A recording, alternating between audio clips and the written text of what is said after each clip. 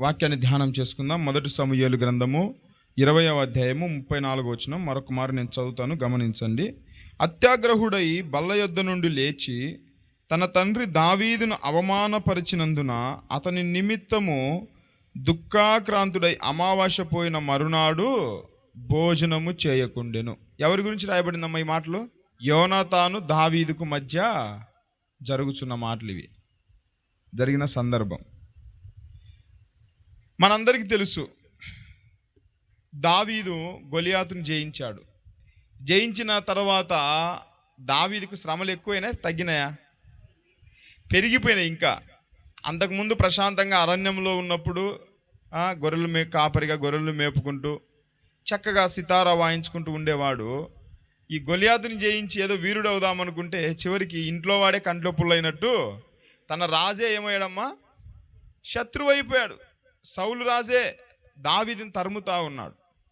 ఎందుకంటే సౌలుకు ఈర్ష్య, అసూయ ఇలాంటివి ఏర్పడ్డాయి అన్నమాట. మనం అక్కడ చూస్తాం, విషపు చూపు నిలిపాడంట. ఏ చూపు నిలిపాడు దావీదు మీద? సౌలు విషపు చూపు. సరే, ఇదే టైంలో సౌలు కుమారుడైన యోనాతాను దావీదుతో ఏం చేశాడు? స్నేహం చేశాడు. వాళ్ళిద్దరూ ఎలా ఉన్నారంటే ప్రాణ స్నేహితులుగా ఉన్నారు. అయితే ఈ సౌలు ఉద్దేశం ఏంటయ్యా అంటే, ఈ దావీదు వీడు హైలైట్ అయిపోతున్నాడు, వీడు హైలైట్ అయితే రేపు రాజ్యం ఏమైపోయిద్ది? వాడికి వెళ్ళిపోయిద్ది. నా తర్వాత రాజు ఎవరు కావాలా? నా కుమారులు కావాలా. కానీ వీడు ఎక్కడి నుంచో వచ్చి వీడు రాజు అయిపోతే ఎట్లా అని చెప్పి దావీదును ఒక 2-3 సందర్భాల్లో ఈటతో చంపడానికి కూడా ప్రయత్నం చేశాడు. కానీ దేవుని కృపణ వల్ల తప్పించుకొని పారిపోతూ వచ్చాడు. అయితే ఒకరోజు సౌలు చెప్తాడు తన సేవకులతో, మీరు యెషయి కుమారుడిని చంపాలా, దావీదుని చంపాలా, అతన్ని మీరు బ్రతకనివ్వకూడదని అంటాడు. ఇతనికి అర్థం కాలే యోనాతానుకు, ఏంటి మా నాన్నగారు సడన్గా దావీదుని చంపమంటాడేంటి అని దావీదుతో చెప్తారనమాట. దావీదు, మా నాన్న ఎందుకో నిన్ను చంపాలనుకున్నాడు, నువ్వేం కంగారు పడమాక, నేను వెళ్ళి ముందు మాట్లాడతాను, నువ్వు ఈరోజు రామాకు, భోజనం దగ్గరికి రావద్దు, డైనింగ్ హాల్ దగ్గరికి, మేము భోజనం చేసేటప్పుడు అసలు ఎందుకు నిన్ను చంపాలని ఉద్దేశం కలిగి ఉన్నాడో నేను కనుక్కుంటానని అడుగుతాడనమాట. సరే అని చెప్తాడు దావీదు కూడా. సరే, ఆ రోజు భోజనానికి కూర్చున్నప్పుడు యోనాతాన్ అంటాడనమాట, నాన్నగారు ఎందుకు దావీదుని చంపాలనుకుంటున్నారు? అతను ఏ పాపం చేశాడు? ఆ యొక్క ఫిలిస్తీన్ని, మనం ఎవరం జయించలేని వ్యక్తిని కూడా జయించాడు ప్రాణాలకు తెగించి. మీరు కూడా సంతోషించారు కదా. నిష్కారణంగా ఏ తప్పు లేకుండా దావీదుని చంపాలని కూడా మీకు కూడా అంత మంచిది కాదు. ఆ పాపము నీకు తగలకుండుగాక అని చెప్తాడు. అప్పుడు సౌలు అంటాడు, సరే నేను అతన్ని చంపను అని ప్రమాణం కూడా చేస్తాడు. సరే రమ్మని చెప్పు భోజనానికి అంటాడు. అప్పుడు దావీదు మరలా భోజనానికి వస్తే మనోడి బుద్ధి మారదు కదా, అట్లా 1-2 సార్లు ఈటతో చంపడానికి ప్రయత్నం చేస్తాడు. ఓకేనా? అయితే ఇంటర్నల్గా దావీదుకు యోనాతానుకు మాత్రం ఈ ఫ్రెండ్షిప్ బాండింగ్ అనేది చాలా డీప్గా వెళ్ళిపోయింది. ఈ సంగతి సౌలుకు తెలిసింది. అరే బాబు, నువ్వేమో దావీదుని చంపాలనుకుంటున్నావు, కానీ నీ కుమారుడు నువ్వు ఎవరినైతే శత్రువుగా భావిస్తున్నారో అతనితోనే సావాసం చేస్తున్నాడు అన్న విషయం అర్థమైపోయింది. దావీదు కూడా అంటాడు, ఎందుకు నేనేం పాపం చేశాను యోనాతాను, నా మీద ఇంత కక్ష కట్టారు, నేనే తప్పు చేశాను, మీ నాన్న దగ్గరికి ఎందుకు నువ్వే చంపేసేనన్నా నేను కూడా అంటాడు ఒకానొక సందర్భంలో. మీ నాన్నగారి దగ్గరికి అవసరం లేదు, మీ తండ్రి దగ్గరికి అవసరం లేదు, నువ్వే చంపు, నేనే తప్పు చేశాను అంటే దావీదు ఆ మాట ఎంత మాత్రం అనొద్దు, మా నాన్న నాకు తెలియకుండా ఏది చేయడు, నేను మరలా ఒకసారి అడుగుతాను ఎందుకు అన్న విషయము అని మరలా ఒకసారి భోజనానికి కూర్చున్నప్పుడు అడుగుతాడు అనమాట. ఈరోజు దావీదు రాలేదేంటి భోజనానికి అని అడుగుతాడు. అప్పుడు యోనాతాన్ చెప్తాడు, నాన్నగారు నేనే పంపించాను, వాళ్ళు ఇంటి దగ్గర ఏదో బలి జరుగుతుందంట, ఆ బలి అర్పించడానికి వాళ్ళ అన్నయ్యలు రమ్మంటే ఇతను కూడా వెళ్ళాడు, నేనే సెలవు తీసుకొని పంపించానని అంటాడు. అప్పుడు సౌలుకి ఎక్కడ లేని కోపం వచ్చింది. అవునా కదా? చదవండి, ఆ మాటలు చదువుదాం. 1 సమూయేలు గ్రంథం 20వ అధ్యాయము 29 చదవండి. దయచేసి నన్ను పోనిమ్ము, పట్టణమందు మా ఇంటివారు బలి అర్పింపబోతున్నారు, నీవును రావాలని నా సహోదరుడు నాకు ఆజ్ఞాపించిన గనుక నీ దృష్టికి నేను దయ పొందిన వాడనైతే నేను వెళ్ళి నా సహోదరుని దర్శించినట్లుగా నాకు సెలవిమ్మని బతిమాలుకొని నా యొద్ద సెలవు తీసుకున్నాను. అందునిమిత్తమే అతడు రాజు భోజనపు బల్ల యొద్దకు రాలేదని సౌలుతో చెప్పగా నా దగ్గర పర్మిషన్ తీసుకున్నాడు. వీళ్ళిద్దరు ముందే మాట్లాడుకునేటారు, ఎవరు? యోనాతాను, దావీదు. ఎందుకు అసలు కనుక్కో ఈరోజు ఫైనల్గా అన్నట్లుగా. అప్పుడు సౌలు ఏమన్నాడు? సౌలు యోనాతాను మీద బహుగా కోప్పడి, ఆగడగొట్టు దాని కొడుక, నీకును నీ తల్లి మానమునకును సిగ్గు కలుగునట్లుగా నీవు యెషై కుమారుని స్వీకరించిన సంగతి నాకు తెలిసినది కాదు. ఏమంటున్నాడు? తిడుతున్నాడు. మన భాషలో తిడతాం కదా, ఆగడగొట్టు దాని కొడుక అంటున్నాడు. మన భాషలో మనం బూతులు మాట్లాడతాం కదా, అట్లా మాట్లాడుతున్నాడు. నీకు సిగ్గుందా కొంచెమన్నా? నీకు నీ తల్లి మానానికి అవమానం కలిగించిన యెషై కుమారుని వాడితో సహవాసం ఏంట్రా నీకు? నువ్వేంటి, నీ రేంజ్ ఏంటి? నువ్వు రాజకుమారుని, వాడెక్కడో గొర్రెలు కాసుకునేవాడు అన్నట్లుగా తిడతా ఉన్నాడు. నువ్వు కాబోయే రాజువు, కానీ వాడిని నువ్వు స్వీకరించావు. వాడితో నువ్వు సహవాసం చేస్తున్న విషయం నాకు తెలియదు అనుకుంటున్నావా అని చెప్తారనమాట. తర్వాత ఏమంటాడు?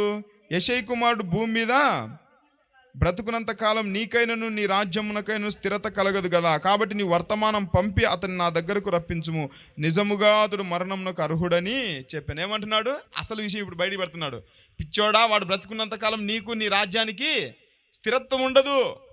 వాడు బ్రతుకున్న తర్వాత అంతకాలం నువ్వు రాజు కాలేవు. నా తర్వాత నువ్వు కావాలి కదా రాజు. అందుకే అతన్ని పిలిపి ఎక్కడున్నా సరే అతను మరణానికి అర్హుడు అని చెప్తాడు. అందుకు యోనాతాను ఏమంటాడు? అంతటా యోనాతాను, అతడు ఎందుకు మరణశిక్షణ అందవలన, అతడు ఏమి చేసినని సౌలుని అడగగా, సౌలు అతన్ని పొడవవలనని ఈట విసిరేను, అందువలన తన తండ్రి దావీదును చంపనుద్దేశం కలిగి ఉన్నాడని యోనాతాను తెలుసుకొని ఏం చేశాడు? యోనాతాను కోపం వస్తుంది. ఎందుకు నువ్వు అతని మీద పగబట్టావు? ఏం తప్పు చేశాడు? నాకు రాజ్యం వద్దేమొద్దు అన్నట్లుగా. అంటే సౌలు కోపం వచ్చేసి ఇతని మీద ఈట విసిరాడంట. అవునా కదా? ఇక యోనాతాను కోపం వచ్చింది, ఎక్కడ లేని కోపం. ఇంక అర్థమైపోయింది, దావీదుని ఎలాగైనా సరే మా నాన్న చంపేయాలని ప్రయత్నం చేస్తున్నాడు అని చెప్పి అప్పుడు జరిగిన ఈ మాటలు మనం ఇప్పుడు ధ్యానించుకోబోతుంటున్నాం. చదవని 34 వచనం. అత్యాగ్రహుడై బల్ల యొద్ద నుండి లేచి ఏం చేశాడంటే యోనాతాను? కోపం వచ్చింది తండ్రి మీద కూడా, ఒక్కసారిగా బల్లను ఇసిరి కొట్టి పడేసినట్టుగా ఆ కోపంతో అత్యాగ్రహుడై లేచి తన తండ్రి దావీదును అవమానపరిచినందున అతని నిమిత్తము దుఃఖాక్రాంతుడై అమావాస్య పోయిన మరునాడు భోజనం చేయకుండాను. ఎంత మంచి స్నేహితుడమ్మా! ప్రాణ స్నేహితుల కథ అంటే ఇది కదా. మనం సినిమాలలో చూస్తాం అన్ని ఒట్టి మాటలు అవన్నీ, అవునా కదా? నిజమైన ప్రాణ స్నేహితుల కథ అంటే ఇది. రాజకుమారుడు ఎక్కడ, దాసుడు ఎక్కడ? రాజకుమారుడు వచ్చి ఎవరితో సావాసం చేస్తున్నాడు? ఒక దాసునితో సావాసం చేస్తున్నాడు, ఒక గొర్రెల కాపరితో సావాసం చేస్తున్నాడు, ఫ్రెండ్షిప్. అంతేగా అతని కోసం ఏంటంట, తండ్రితో ఫైట్ చేస్తున్నాడు. ఎందుకు నా స్నేహితుడిని నువ్వు చంపాలనుకుంటున్నావు? ఏ తప్పు చేశాడు దావీదు అని అత్యాగ్రహుడై కోపగించి బల్ల యొద్ద నుంచి వెళ్ళిపోయి వాళ్ళ నాన్నగారు దావీదును అవమానపరిచినందుకంట అతని నిమిత్తం ఏమొచ్చిందంట? దుఃఖం వచ్చింది. యోనాతానికి ఏమొచ్చింది? దావీదు నిమిత్తం దుఃఖం వచ్చి అమావాస్య పోయిన మరునాడు భోజనము చేయకుండెను. అంటే అన్నం కూడా తినడము మానేశాడంట. అర్థమైందా? యోనాతాను దావీదు కోసం ఏం చేస్తున్నాడు చెప్పండి? భోజనం చేయడం మానేశాడు. అమావాస్య పోయిన మరునాడు కూడా దాదాపు 1-2 రోజులు అన్నమే ముట్టుకోలేదన్నట్లుగా మనం ఇక్కడ చూస్తూ ఉంటున్నాం. అర్థమైందా? సరే, ఆ తర్వాత ఇంకా దావీదు స్టోరీ మనకు తెలుసు. దావీదు యోనాతాను బాండింగ్ ఏదేమైనప్పటికీ దావీదు అరణ్యానికి పారిపోతాడు. అయినా సరే యోనాతాను దావీదుని విడిచిపెట్టాడా? బ్రతికున్నంత కాలం దావీదుని అంతగా తన ప్రాణ స్నేహితునిగా భావిస్తూ వచ్చేవాడు. అయితే ఇక్కడ మనము సరే దావీదు సంగతి అక్కడ పక్కన పెడదాం. అమ్మ వినండి, నా వైపు చూస్తూ జాగ్రత్తగా వాక్యం వినండి. దావీదు మెయిన్ ఇక్కడ ఆ ఫైట్ అంటే మెయిన్ టార్గెట్ వారు ఎవరి మధ్య అంటే సౌలుకు దావీదుకు. అవునా కదా? దావీదేమి వారు చేయట్లేదు, యుద్ధం చేయట్లేదు. మెయిన్ తరిమేవాడు ఎవరయ్యా అంటే సౌలు, తరమబడేవాడు ఎవరయ్యా అంటే దావీదు. వీళ్ళిద్దరి మధ్య పోరాటం. ఈ పోరాటం మధ్యలో ఎవరు ఇన్వాల్వ్ అవుతున్నాడు? సౌలు కుమారుడైన యోనాతాను. అంటే సౌలు ఎవరినైతే శత్రువుగా భావిస్తున్నాడో ఆ వ్యక్తితోనే యోనాతాను సహవాసం. అలాంటి వ్యక్తితో, దేనికి పనికిరాని ఒక వ్యక్తితో, అంటే వాళ్ళ మనుషుల దృష్టిలో నిజంగా రాజులు ఎక్కడా, గొర్రెల కాపరులు ఎక్కడండి? వాళ్ళ దృష్టిలో దేనికి పనికిరాని వాడే కదా దావీదు. దావీదుకి ఏమైనా సైన్యం ఉందా? రాజ్యం ఉందా? ఆస్తులు ఉన్నాయా? అంతస్తులు ఉన్నాయా? ఏమి లేదు. మహా అయితే ఒక ఒడిషలు ఒక ఒడిష ఉంటుంది, టింగ్ టింగ్ అని మోగించుకుంటా సితారు ఉంది, అంతేనా కదా? అవి దేనికైనా పనికి వస్తాయా అక్కడ రాజ్యంలో? అక్కడ దేనికి పనికిరావు. అలాంటి పరిస్థితుల్లో అలాంటి వ్యక్తి కోసం యోనాతాను ఏం చేశాడంట? అమావాస్య పోయిన మరునాడు కూడా భోజనము చేయకుండెను. అంటే ఒక రకంగా చెప్పాలంటే ఉపవాసం ఉన్నాడు. అవునా కదా? అమావాస్య పోయిన మరునాడు అన్నం తినంటే ఇంకా ఉపవాసం ఉన్నట్టే కదా దావీదు కోసం. కాబట్టి ఈరోజు మనము నేర్చుకోవాల్సిన పాఠం ఏంటంటే 34 వచ్చిన మరలా చదవండి. అత్యాగ్రహుడై బల్ల యొద్ద నుండి లేచి తన తండ్రి దావీదును అవమానపరిచినందున అతని నిమిత్తం అంటే ఎవరి నిమిత్తము? దావీదు నిమిత్తము దుఃఖాక్రాంతుడై అమావాస్య పోయిన మరునాడు భోజనం చేయకుండెను. అంటే దావీదు నిమిత్తము యోనాతాను ఏం చేస్తున్నాడంట? భోజనం చేయకుండా ఉన్నాడు. మన భాషలో చెప్పాలంటే ఉపవాసం చేస్తున్నాడు. కాబట్టి ఈరోజు మన యొక్క ధ్యానం ఇదే అన్నమాట. ఈరోజు మన వాక్య అంశం ఏంటయ్యా అంటే దావీదు నిమిత్తము భోజనము చేయకుండిన యోనాతాను. అందరు చెప్పండి ఏంటి? దావీదు నిమిత్తము భోజనము ఉండిన యోనాతాను, లేదంటే దావీదు నిమిత్తం ఉపవాసము చేయుచున్న యోనాతాను. ఎంత మంచి స్నేహితుడు కదండి. ఎందుకు? ఒక 4 సంగతులు నేను తెలియజేస్తా. ఎందుకు దావీదు కోసం అంతగా యోనాతాను పరితపించిపోతా ఉన్నాడు?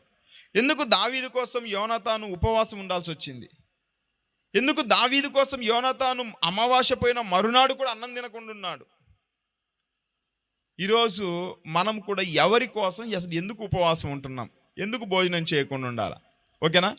చూద్దాం ప్రియ దేవుని బిడ్డలారా. మొదటిదిగా అదే 1 సమూయేలు గ్రంథం 20వ అధ్యాయం 17వ వచనం చదవండి. యోనాతాను దావీదును తన ప్రాణ స్నేహితునిగా ప్రేమించను గనుక ఆ ప్రేమను బట్టి దావీదు చేత మరలా ప్రమాణం చేయించాను. అమ్మ, యోనాతాను దావీదుని ఎలా ప్రేమించాడంట? ప్రాణ స్నేహితునిగా. మీకు విషయం చెప్పమంటారా?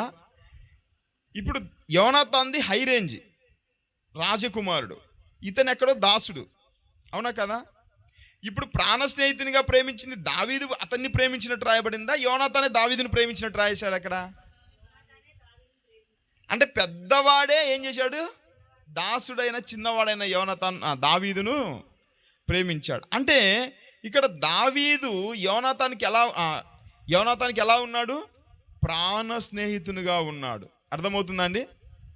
దావీదు యోనాతానుకు ప్రాణ స్నేహితుడు. అందరు చెప్పండి ఏంటి? అర్థమైందమ్మా ఇప్పుడు? అసలు దావీదు నిమిత్తమై యోనాతాను ఎందుకు ఉపవాసం ఉన్నాడయ్యా అంటే దావీదు తనకు ప్రాణ స్నేహితుడు. అందరు చెప్పండి ఏంటి? ఇది మొదటి మాట. దావీదు తనకు ప్రాణ స్నేహితుడు. అంటే ఎందుకు అంతగా దావీదు నిమిత్తమై పరితపించాడు? ఎందుకు అంతగా ఉపవాసం ఉన్నాడు దావీదు కోసం? ఎందుకు అంతగా మరునాడు కూడా భోజనం చేయకుండా ఉన్నాడంటే దావీదు ఎవరో కాదు, తన ప్రాణముతో ముడివేసుకున్నాడు, తన ప్రాణ స్నేహితునిగా భావించుకున్నాడు. అందుకే కదండి ఉపవాసం ఉండాల్సి వచ్చింది. ఎవరి కోసం అంటే వాళ్ళ కోసం ఉపవాసం ఉంటామా? ఇంకా అసలు మనం గమనించినట్లయితే ఒక మాట చూడండి. 18వ అధ్యాయము 1 సమూయేలు గ్రంథం 18:1. దావీదు సౌలుతో మాట్లాడటం చాలించినప్పుడు యోనాతాను హృదయము దావీదు హృదయముతో కలిసిపోయెను. యోనాతాను దావీదును తనకు ప్రాణ స్నేహితునిగా భావించుకొని అతన్ని ప్రేమించిన. That is the true love. అబ్బాయి అమ్మాయికి మధ్య కూడా ఇలాంటి ప్రేమ ఉండదేం కదా?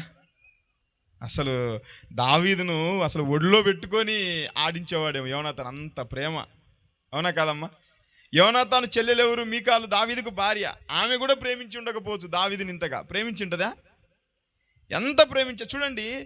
యోనాతాను హృదయము దావీదు హృదయంతో ఏమైందంట? పెనవేసుకొని పోయింది. అర్థమవుతుంది అక్కడ? అంటే ఇక్కడ జరిగిన సంఘటన ఏంటంటే ఎప్పుడైతే గొలియాతుని జయించి వచ్చిన తర్వాత ఆ యొక్క దావీదు సౌలుతో మాట్లాడుతున్నాడంట. మాట్లాడుతున్నప్పుడే దావీదు చూశాడా సౌలును? యోనాతానును యోనాతాను చూశాడా? లేదు. దావీదు యుద్ధంలో జయించాడు, వచ్చాడు, తర్వాత అక్కడ సౌలుతో మాట్లాడుతూ ఉన్నాడు సౌలుతో. ఇదంతా గమనించిన యోనాతాను ఒక్కసారిగా తన హృదయం అంతా ఏమైందంటే దావీదు హృదయంతో పెనవేసుకొని పోయింది. యోనాతాను ఎందుకయ్యా అంటే దావీదు కోసం ఉపవాసం ఉండాల్సి వచ్చిందంటే అసలు ఇతని హృదయం ఎక్కడుంది? దావీదు దగ్గర ఉంది. అవునా కదా? ఇతని హృదయం దావీదు హృదయంతో ఏమైందంట? పెనవేసుకొని పోయింది. అంటే దావీదు కూడా యోనాతాను స్నేహితునిగానే భావించాడు, కానీ మొదట ఎవరు అసలు ఎక్కువగా ప్రేమించింది చెప్పండి? యోనాతానే గ్రేట్ అంట నేను. అవునా కదా? ఈ స్నేహం విషయంలో, ఫ్రెండ్షిప్ విషయంలో ఎవడు గ్రేట్ అయ్యా అంటే యోనాతానే. దావీదు కూడా తర్వాతనే. యోనాతానే తనకు ప్రాణ స్నేహితునిగా భావించాడు. ప్రియ దేవుని బిడ్డలారా, దావీదు కోసం ఎందుకంత పరితపించిపోయాడంటే, దావీదు కోసం ఎందుకు దుఃఖాక్రాంతుడయ్యాడంటే, దావీదు కోసం ఎందుకు ఉపవాసం ఉన్నాడయ్యంటే, దావీదు కోసం ఎందుకు అమావాస్య పోయిన మరునాడు కూడా భోజనం చేయకుండా ఉన్నాడంటే దావీదు మనసుతో కలిసిపోయింది. దావీదు తనకు ప్రాణ స్నేహితుడు కాబట్టి అతను ప్రాణ స్నేహితుని కోసం అన్నం తినడమేంది, చివరికి చావుకైనా సిద్ధపడేటట్టుగా యోనాతాను అంతగా ప్రేమించాడు. ప్రియ దేవుని బిడ్డలారా, నేను అంటాను ఈరోజు ఈరోజు మీకు ప్రాణ స్నేహితులు ఎవరు, మీరు ఎక్కువగా ప్రేమించేది ఎవరు చెప్పండి. బయట వాళ్ళ సంగతి పక్కన పెట్టండి. ముందు సరే యేసుప్రభు సంగతి పక్కన పెడదాం. ముందు మన ఇంట్లో చూసుకుందాం. ఖచ్చితంగా మన భర్తలను లేదంటే మన భార్యలను మన పిల్లలను ఎలా ప్రేమిస్తాం చెప్పండి? ప్రాణంగా ప్రేమిస్తామా లేదా? నేను అంటాను, నీ పిల్లల కొరకు నువ్వు ప్రాణంగా ప్రేమించిన నువ్వు ఎవరినైతే ప్రాణ స్నేహితులుగా లేదంటే ప్రాణమిత్రులుగా ప్రాణ ఆప్తులుగా నువ్వు భావిస్తున్నావో వారి కోసం ఎప్పుడైనా ఉపవాసం ఉండి ప్రార్థన చేశావా? ఇది నా ప్రశ్న. ఇక్కడ వారికి కావాల్సిన డబ్బులన్నీ ఇస్తావు, వాడు వచ్చినప్పుడు డబ్బులు కావాలంటే డబ్బులు ఇస్తావు, లేదంటే అన్నం కావాలంటే అన్నం పెడతావు, బండి కావాలంటే బండి కొని పెడతారు. నేను అదే చెప్తా చాలామందిని, అయ్యగారు మా పిల్లలు బాగుపడాలి, అయ్యగారు మా పిల్లల కోసం మేము ఏమేం చేస్తాం అయ్యగారు అంటారు. నీ పిల్లల కోసం ఒకరోజు ఉపవాసం ఉండి ప్రార్థన చేసినామని చెప్పు. ముందు ఉన్నారా ఇలాంటి తల్లిదండ్రులు? సిగ్గుచేటు చెప్పుకోవాలంటే మనలోకి చాలామందికి పిల్లలను బజారుకి ఇడిచిపెట్టి అట్లా పెడితే అట్లా తిప్పుతున్నారు, కానీ వారి కోసం ఒక్క పూట ఉపవాసం ఉండి ప్రార్థన చేయరు. ఇంక పాడైపోమంటే ఎందుకు పాడైపోరమ్మా చెప్పండి అమ్మా? యవన కాలంలో వయసు రాకముందే ఎందుకు పిల్లలు పాడైపోతున్నారంటే, ఎందుకు మన కుటుంబాలు భ్రష్టు పట్టిపోతున్నాయంటే, కుటుంబంలో ఒక్కడన్నా ఉపవాసం ఉండి ప్రార్థన చేసేవాడు కావద్దు. యోనాతాను ఎందుకు దావీదు కోసం ఉపవాసం ఉండాల్సి వచ్చిందంటే, ఎందుకు భోజనం చేయకుండా ఉన్నాడంటే, అతడు తన ప్రాణ స్నేహితుడు, తన ప్రాణం అతనితో కలిసిపోయింది కాబట్టి ఇంకా ఏం తింటాడు? దావీదే లేనప్పుడు నాకెందుకు ఈ జీవితం? నీ జీవితంలో ఎంతమంది ఉన్నారు ఇలాంటి వాళ్ళు? నువ్వు ఎక్కువగా ఎవరిని ప్రేమిస్తున్నావు? వారి కోసం ఎప్పుడైనా ఒకరోజు మనం ఉపవాసం ఉండి ప్రార్థన చేశామా? నువ్వు ఎక్కువగా ఎవరిని హత్తుకునేటట్టుగా నీ హృదయం ఎవరితో పెనవేసుకొని పోయింది? వారి కోసం ఎప్పుడైనా ప్రార్థన చేశామా? చెప్పండి ప్రియ దేవుని బిడ్డలారా. సరోజనమ్మ గారు ఉన్నారు, కళ్యాణ్ కోసం ఆ స్నాక్స్ అవును మర్చిపోయిన, ఆ మధ్య మిక్చర్ అయ్యి పంపాలన్నది ఏమైందమ్మా? మళ్ళీ నన్ను కన్సల్ట్ అవ్వలేదు, నేనే మర్చిపోయా. పంపించారా? Very good. అన్నీ పంపిస్తూ ఉన్నారు, ఎందుకంటే ఎక్కువ ప్రేమ ఉంది కాబట్టి కుమారుడి మీద. అందరికీ ఉంది, అందరూ అప్లై చేసుకుని అంటున్నా. నేను అంటాను, వాళ్ళ కోసం మనం ఎన్ని రోజులు ఉపవాసం ఉండి ప్రార్థన చేసి, నిజమైన ప్రేమ అంటే అది అంటాను నేను అసలు, అవునా కదా? ఎందుకంటే నీ మనసు అతనితో కలిసిపోయినప్పుడు, నువ్వు అతనికి ప్రాణ స్నేహితునిగా నీ ప్రాణ కుమారునిగా నువ్వు ప్రేమించినప్పుడు ఖచ్చితంగా ఏం చేస్తావు? వాళ్ళ కోసం నువ్వు ఉపవాసం ఉంటావు. అందుకే కదా యోనాతానుకు అంత కోపం వచ్చేసింది, అతనికి అపాయం వచ్చిందని తెలిసేసరికి దావీదుకు. అంతేకాదంటే అత్యాగ్రాహుడై తర్వాత దుఃఖపడ్డాడు, అవునా కదా? దేవుని బిడ్డలారా, నీ కుటుంబంలో నువ్వు ప్రాణంగా ప్రేమించే వ్యక్తులు ఏదైనా శ్రమల్లో బాధల్లో ఉంటే వారి నిమిత్తం ఎప్పుడైనా నువ్వు దుఃఖపడ్డావా? వారి నిమిత్తం ఎప్పుడైనా నువ్వు ఉపవాసం ప్రార్థన చేశావా? వారి నిమిత్తం ఎప్పుడైనా నువ్వు కన్నీరు కార్చి ప్రార్థన చేశావా? ఈ ఉపవాస కూడిక రోజున మనం ప్రార్థన చేద్దాం. మనకు ప్రాణంగా ఎవరున్నారో, మనం ఎవరినైతే ఎక్కువగా ప్రేమిస్తున్నామో వాళ్ళు రక్షించబడాలంటే, వాళ్ళ అపాయం నుంచి తప్పించబడాలంటే, వాళ్ళ క్షేమం కొరకు నువ్వు ఏం చేయాలయ్యా అంటే నువ్వు ఉపవాసం ఉండి ప్రార్థన చేయాలి, అవునా కదమ్మా? యేసుప్రభు వారు తనకు ప్రాణ స్నేహితులుగా ఎవరిని భావించారు చెప్పండి? యోహాను సువార్త చదువుదాం. యోహాను సువార్త 15వ అధ్యాయం 13వ వచనం చదవండి త్వరగా. తన స్నేహితుల కొరకు తన ప్రాణం పెట్టువానికంటే ఎక్కువైన ప్రేమ గలవాడు ఎవడును లేడు. అమ్మ, స్నేహితుల కొరకు ప్రాణం పెట్టేవానికంటే ఎక్కువైన ప్రేమ గలవాడు ఉన్నాడు ఎవరైనా? ఇక దావీదు మనం అంటాం కదా, వీడు ఏ జన్మలో చేసుకున్న పుణ్యం రా అంటాం, అవునా కదా? సరే, మనకు అవి లేవు, మనం నమ్మము. ఒకవేళ అట్లా మనం అప్లై చేసుకున్నప్పుడు దావీదు ఏం చేసుకున్నాడో, ఎంత అదృష్టవంతుడో, ఇంత మంచి స్నేహితుడు దొరికాడు, అవునా కదా? యేసు ప్రభు వారు కూడా ఇక్కడ చెప్తున్నాడు, తన స్నేహితుల కొరకు ప్రాణం పెట్టువానికంటే ఎక్కువైన ప్రేమ గలవాడు ఎవరైనా ఉంటారమ్మా? ఎవరు లేరు. అంటే యేసయ్య ఎవరి కొరకు ప్రాణం పెట్టాడు? ఇప్పుడు యేసయ్య మనల్ని ఎలా ప్రేమించాడు? ప్రాణ స్నేహితులుగా. అందుకే మన కోసం యేసు ప్రభు వారు ఏం చేస్తున్నాడు తెలిసిన? రోమాపత్రిక 8వ అధ్యాయం 26వ వచనం త్వరగా. 27 చదవండి, డైరెక్ట్గా ఉంటుంది మనకు ఒక మాట. మరియు హృదయములను పరిశోధించువాడు ఆత్మ యొక్క మనసు ఏదో ఎరుగును, ఏలైనగా ఆయన, అంటే యేసుప్రభు గురించి మాట తెలియజేస్తున్నాడు, పరిశుద్ధాత్మ అనుభవం గురించి. ఆయన దేవుని చిత్త ప్రకారము పరిశుద్ధుల కొరకు విజ్ఞాపనము చేయుచున్నాడు. ఏం చేస్తున్నాడంట? అమ్మా, యేసుప్రభు మన కొరకు ఏం చేస్తున్నాడంట? పరిశుద్ధుల కొరకు విజ్ఞాపనం చేస్తున్నాడు. ఎందుకు చేస్తున్నాడు యేసుప్రభు మన కొరకు విజ్ఞాపన? మనల్ని ఎలా ప్రేమించాడంట? స్నేహితులుగానా ప్రాణ స్నేహితులుగానా? ఇందాక చదివాం కదమ్మా, తన స్నేహితుల కొరకు ప్రాణం పెట్టువానికంటే ఎక్కువైన ప్రేమ గలవాడు ఎవరు లేరని. ఎవరు మన కొరకు ప్రాణం పెట్టిన నిజమైన స్నేహితుడు? అంటే యేసు ప్రభువారు మనల్ని కొరకు ఎందుకు తండ్రికి విజ్ఞాపనం చేస్తున్నాడంటే, ఆయన మనల్ని ప్రాణ స్నేహితులుగా ప్రేమించాడు. మనమే తన ప్రాణం అనుకున్నాడు. అందుకే మన కొరకు సమస్తాన్ని అర్పించాడు, సిలువ త్యాగం చేశాడు, మరణంకు కూడా వెనుకాడకుండా సిలువల రక్తమంతా ధారపోసి పిడిగుద్దులు తిన్నాడు, చివరికి ప్రాణాన్ని అర్పించాడు. అంటే యేసయ్య మనల్ని ఎలా ప్రేమించాడు? తన ప్రాణము కంటే ఎక్కువగా ప్రేమించాడు. అందుకే మన కొరకు ఈరోజు ఏం చేస్తున్నాడంట? ప్రార్థన చేస్తున్నాడు, విజ్ఞాపన చేస్తున్నాడు. మన కొరకు సిలువలో బలి అవ్వడం కోసం గెత్సెమనే తోటలో అన్నం తిన్నాడేమన్నా?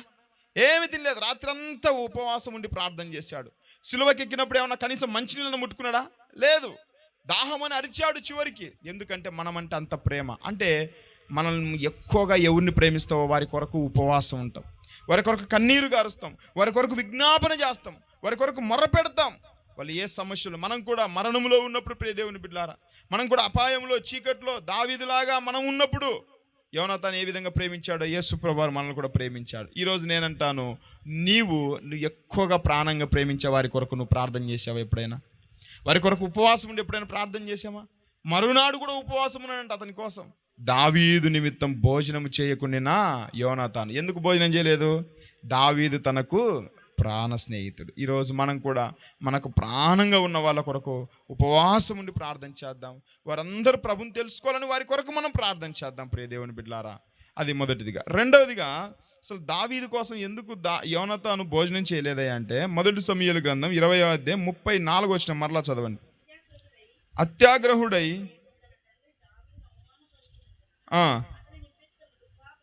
తన తండ్రి దావీదును అవమానపరిచినందున, తన తండ్రి దావీదుని ఏం చేశాడంట? అవమానపరిచాడు. అమ్మ అందరు చెప్పండి అమ్మ, తన తండ్రి దావీదుని ఏం చేశాడు అంటే. రెండోదిగా, అసలు ఎందుకు దావీదు నిమిత్తమై యోనాతాను ఉపవాసం ఉన్నాడంటే, దావీదు కలిగిన అవమానం. అందరు చెప్పండి, ఏంటి? దావీదుకి ఏం కలిగింది? అవమానం కలిగింది. దావీదు నిమిత్తము యోనాతాను ఎందుకు భోజనం చేయలేదు? మొదటిదిగా, దావీదు తనకు ప్రాణ స్నేహితుడు కాబట్టి అతని కోసం ఉపవాసం ఉన్నాడు. రెండోదిగా, ఎందుకయ్యా అంటే దావీదు కలిగిన అవమానం. ఇంత అవమానిస్తాడా నా తండ్రి నా స్నేహితుడిని? ఇప్పుడు అక్కడ ఒక్కడే కాదు కదా, యోనాతాను దావీదే ఉన్నాడు, యోనాతాను సౌలే ఉన్నాడు, అక్కడ పరిచారకులు ఉన్నారు, తన భోజనం చేయడానికి వచ్చిన వాళ్ళందరూ ఉన్నారు బల్ల చుట్టూ. వాళ్ళందరి ముందు ఏమంటున్నారు దావీదును? చదవండి ఒకసారి ఆ మాటలు చదవండి. మనం 30 వచనం. సౌలు యోనాతాను మీద బహుగా కోపడపడి, ఆగడగొట్టు దాని కొడుక, నీకును నీ తల్లి మానమునకును సిగ్గు కలుగునట్లుగా నీవు యెషయి కుమారుని స్వీకరించిన సంగతి నాకు తెలిసినది.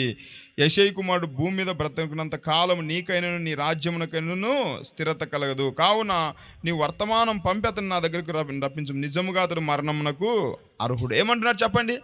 నీకు సిగ్గుందా కొంచెం అని అంటున్నాడు. అంటే దావీదును అవమానించినట్ట కాదా? వాళ్ళందరి ముందు దావీదును వాడిని పిలిపి వాడిని సంగతి నేను తేలుస్తాను, ఎట్లా పెడితే అట్లా కొడుకుని తిడతా ఉన్నాడు, దావీదు తిడతా ఉన్నాడు. వాడే ఏ పాటి వాడు నీతో సాటి ఏంటి? మన గురించి ఎవరైనా బయట మాట్లాడితే అది మనకు అవమానం కదా. సరే, మనం అక్కడ లేకపోయినా ఈ దావీదుకి ఏం కాదు అక్కడ, కానీ దావీదుకు అవమానం కలిగిందనే ఉద్దేశంతో ఇతనికి అత్యాగ్రహం వచ్చి దావీదు కోసం అమావాస్య పోయిన మరునాడు కూడా ఎలా ఉన్నాడు చెప్పండి? భోజనం చేయకుండా. అంటే దావీదు కలిగిన అవమానం. ఈ అవమానాన్ని తట్టుకోలేక నా స్నేహితుడిని అంటావా? నా స్నేహితుడిని అవమానిస్తే నేను ఒప్పుకోనని చెప్పేసి కోపంతో బల్ల దగ్గర నుంచి వెళ్ళిపోయి అతనికి కలిగిన అవమానం కోసం ఎన్ని రోజులు ఉపవాసం ఉన్నాడు? 2 రోజులు ఉపవాసం ఉన్నాడు. ప్రియ దేవుని బిడ్డలారా, నేను అంటాను, ఈరోజు అవమానం ఎప్పుడు వస్తాయి చెప్పండి? మన వాళ్ళకు అవమానాలు ఎప్పుడు వస్తాయి చెప్పండి? ఈరోజు మన కుటుంబంలో ఉన్న వాళ్ళు అవమాన పాలు కావట్లేదా? నువ్వు ఎవరైతే ఇష్టంగా పడుతున్నావో, నువ్వు ఎవరినైతే ఎక్కువగా ప్రేమిస్తున్నావో, లేదంటే నీ ఇరుగు పొరుగు వాళ్ళు, నీ బంధువులు, వాళ్ళందరూ అవమాన పాలవుతున్నారా లేదా? ఎప్పుడు అవమాన పాలవుతారు? అవమానం ఎప్పుడు కలుగుతుందంట? సామెతల గ్రంథం 14:34 చదవండి. నీతి జనములు ఘనతకెక్కుట కారణము, పాపము ప్రజలకు అవమానము తెచ్చును. పాపం ప్రజలకు ఏం తెస్తుందంట? ఘనతనా? పాపం ప్రజలకు ఏం చేస్తుందంట? అవమానం. ఈరోజు మన పిల్లలు ఎప్పుడు అవమాన పాలవుతారు చెప్పండి? పాపంలో పడిపోయినప్పుడు లోకం అవమానిస్తుంది. ఒకసారి ఆలోచించండి, మన కుటుంబం అవమాన పాలు కావట్లేదా? మన పిల్లలకు, మన కుమార్తెలకు, మన మనవళ్ళకి ఎప్పుడు అవమాన పాలవుతారు చెప్పండి? ఇప్పుడు ఒక పిల్లోడు ఉన్నాడు, ఎవరిన అమ్మాయిని తీసుకుని వెళ్ళిపోయాడు, ఎంత అవమానం. ఒక అమ్మాయి ఫెయిల్ అయిపోయింది 10th క్లాస్ ఎగ్జామ్లో, అది అవమానం కదా?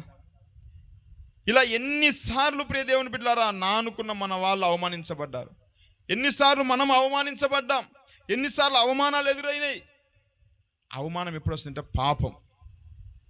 మన వాళ్ళు పాపంలో నశించిపోయినప్పుడు అవమాన పాలవుతా ఉన్నారు. ఇంకోటి చెడుతనం అని ఉంటుంది చూడండి, ఇర్మియా గ్రంథం 22:22. నీ చెడుతనమును బట్టి నీకు అవమానం కలుగుతుందంట. అమ్మ, అవమానం దేన్ని బట్టి వస్తుంది చెప్పండి? ఇప్పుడు నేను అంటాను, మన కుటుంబంలో కానీ మన బంధువుల్లో కానీ ఎంతమంది పాపాన్ని బట్టి అవమానించబడతా ఉన్నారు, ఎంతమంది చెడుతనం చేసి అవమాన పాలవుతున్నారు.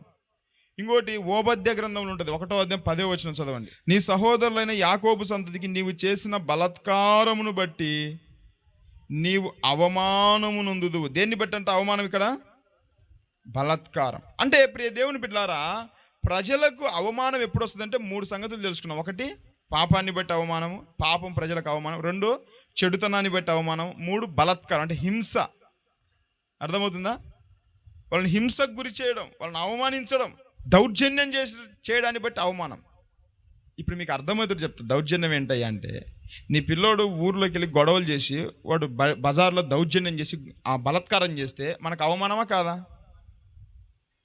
నీ పిల్లోడు చేయరాని తప్పు చేసి నీ కుమార్తె పాపం చేసి లోకంలో భయంకరంగా చెడిపోతే అది అవమానమా కాదా? నీ భర్త నీ పిల్లవాళ్ళు వాళ్ళు చెడుతనం చేస్తే అది అవమానమా కాదా? మరి ఇంత అవమానం ఎందుకు వస్తుందంటే పాపాన్ని బట్టి, చెడుతనాన్ని బట్టి, బలాత్కారాన్ని బట్టి. ఇన్ని అవమానాలు మనం భరిస్తూ ఉన్నామే. ఇప్పుడు పిల్లోడు తప్పు చేస్తే అవమానం ఎవరికి కలుగుతుంది ఈరోజు? తల్లిదండ్రులకు. ఇప్పుడు దావీదు కలిగిన అవమానం యోనాతాను తన అవమానంగా భావించాడు. ప్రియ దేవుని బిడ్డలారా, నేను అంటాను, ఈరోజు నీ కుటుంబంలో పాపం ఇంతగా నీ కుటుంబానికి అవమానం తీసుకొస్తా ఉంది. చెడుతనం నిన్ను నీ పిల్లలను పట్టి పీడించి అవమాన పాలు చేస్తూ ఉంది. చెడుతనం, బలాత్కారం అంటే హింస, దౌర్జన్యం, గొడవలు, ఎక్కడ పడితే అక్కడ తినడం, తాగడం, పడిపోవడం, ఇన్ని అవమానాలు మన కుటుంబాన్ని పట్టి పీడిస్తున్నాయే. మరి దావీదు తన స్నేహితుని కలిగిన అవమానాన్ని బట్టి ఉపవాసం ఉండి మరునాడు కూడా భోజనం చేయకున్నానంట. మరి నీ కుటుంబానికి ఎదురవుతున్న ఈ అవమానాలను బట్టి నువ్వు ఉపవాసం ఉండి ప్రార్థన చేస్తున్నావు వాళ్ళ కోసం.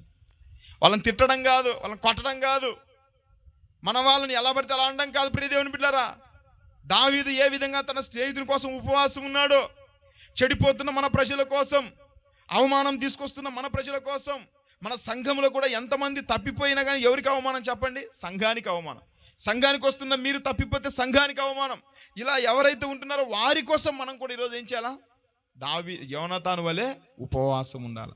భోజనం చేయక మరునాటి వరకు కూడా అన్నం తినకుండా ఉన్నాడంట. ప్రియ దేవుని బిడ్డలారా, నీ పిల్లలు అవమాన పాలవుతున్నారా? సరిగా చదువుల్లో ఫెయిల్ అయిపోయి తలదించుకునే స్థితిలో మన పిల్లలు ఉన్నారా? మన పిల్లలు మన వాళ్ళు చేసే వాటిని బట్టి సిగ్గుతో తలదించుకుంటున్నామా? మన సంఘంలో సంఘ బిడ్డలు సరిగా జీవించకపోవడంతో సంఘం అవమాన పాలైపోతా ఉందా? అయితే వారి కోసం మనం కూడా ఏం చేయాలంట?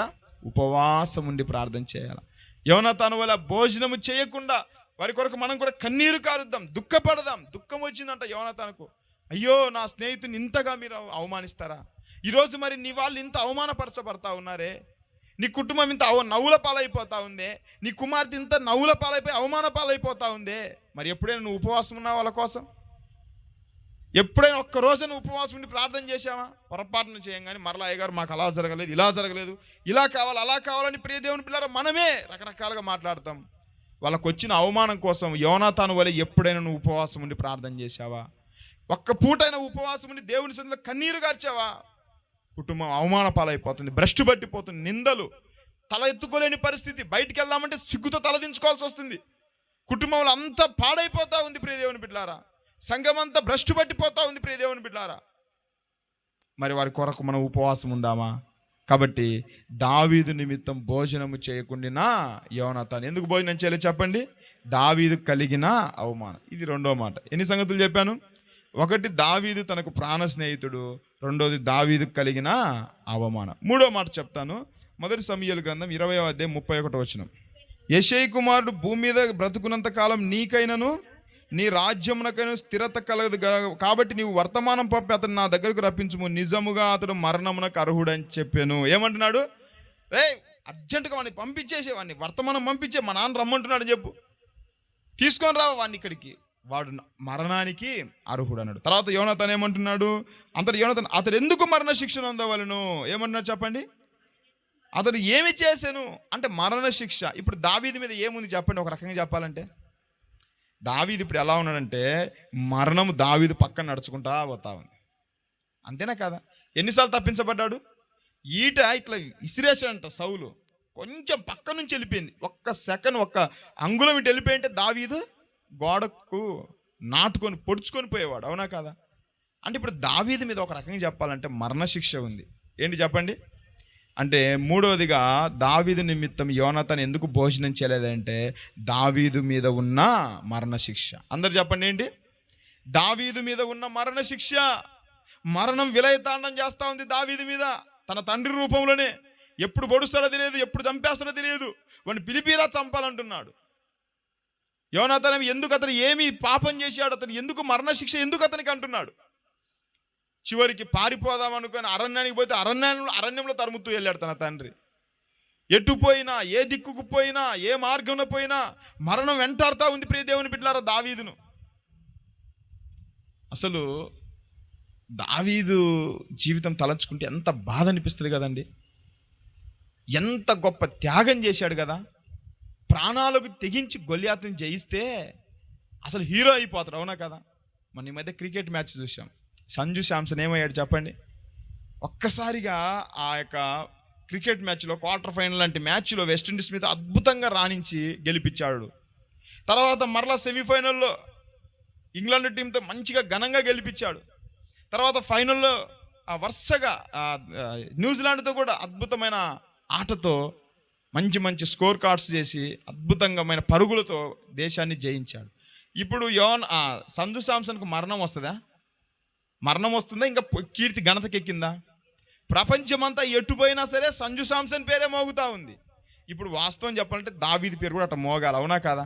అంత గొప్ప వీరుని జయించాడంటే మోగాల. కానీ దావీదు పాపం ఎంత దౌర్భాగ్యపు స్థితి అండి. అంత ప్రాణత్యాగం, సంజు శాంసన్ కంటే ఎక్కువ ప్రాణత్యాగం చేశాడు, అవునా కదా.